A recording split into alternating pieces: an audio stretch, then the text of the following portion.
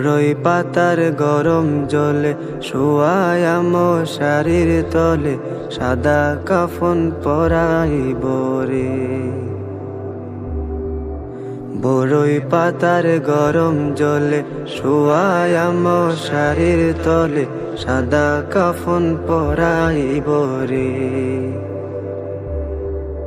জনমের লাগিয়া আমায় দেখে যাওয়া আসিয়া কবর দেশে শোয়াইব রে।